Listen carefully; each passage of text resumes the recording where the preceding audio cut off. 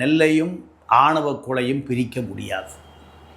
என்ன காரணம்னா, நெல்லையை பொறுத்த வரைக்கும் ஒரு படித்த பண்பாளர்கள் உள்ள ஒரு மாவட்டம். நீங்கள் ஆக்ஸ்போர்டு யூனிவர்சிட்டி அதுதான் உலகத்தில் முதல்ல பல ஆயிரக்கணக்கான அறிவாளிகளை உருவாக்கிய பல்கலைக்கழகம். அங்கே படித்த மாணவர்கள் 126 பேர் நோபல் பரிசு வாங்கியிருக்காங்க.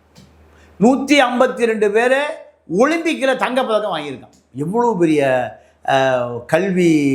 1000 ஆண்டுகளுக்கு முன்பு உருவாக்கப்பட்ட அந்த ஆக்ஸ்போர்ட் யூனிவர்சிட்டி, அம்பேத்கர் போன்ற பல தத்துவ மேதைகள், காந்தி, நேதாஜி, நேரு, காந்தி, இப்படி அடிக்கிட்டே போகலாம்.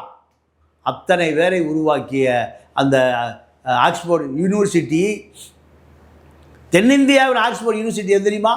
திருநெல்வேலி, சென்ட் ஜோன்ஸ், எல்லா கல்லூரிகளும் அங்கே தான் இருக்குது. ஆனால் ஆணவ கொலை எங்கே இருக்குது? அங்கே தான் இருக்குது. இதை தந்தை பெரியார் என்ன பண்ணுறாருன்னா, 1956 சாதி ஒழிப்பு மாநாடு. சாதியை முதல்ல ஒழிக்கணுமையா, அப்போ தான் தமிழர்களை ஒன்று சேர்த்த முடியும். இப்போ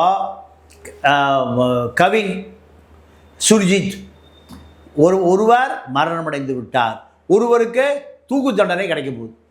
2 பேருமே இளைஞர்கள். என்ன காரணம்னா, கவின் ஒரு பெண்ணைத்தாயா காதலிச்சான். இதில் எங்கே போய் சாதி நிற்கிது? ஆணவ கொலை இதை அரசு பட்டியலிடுதுன்னா, இந்த சாதி ஆணவம்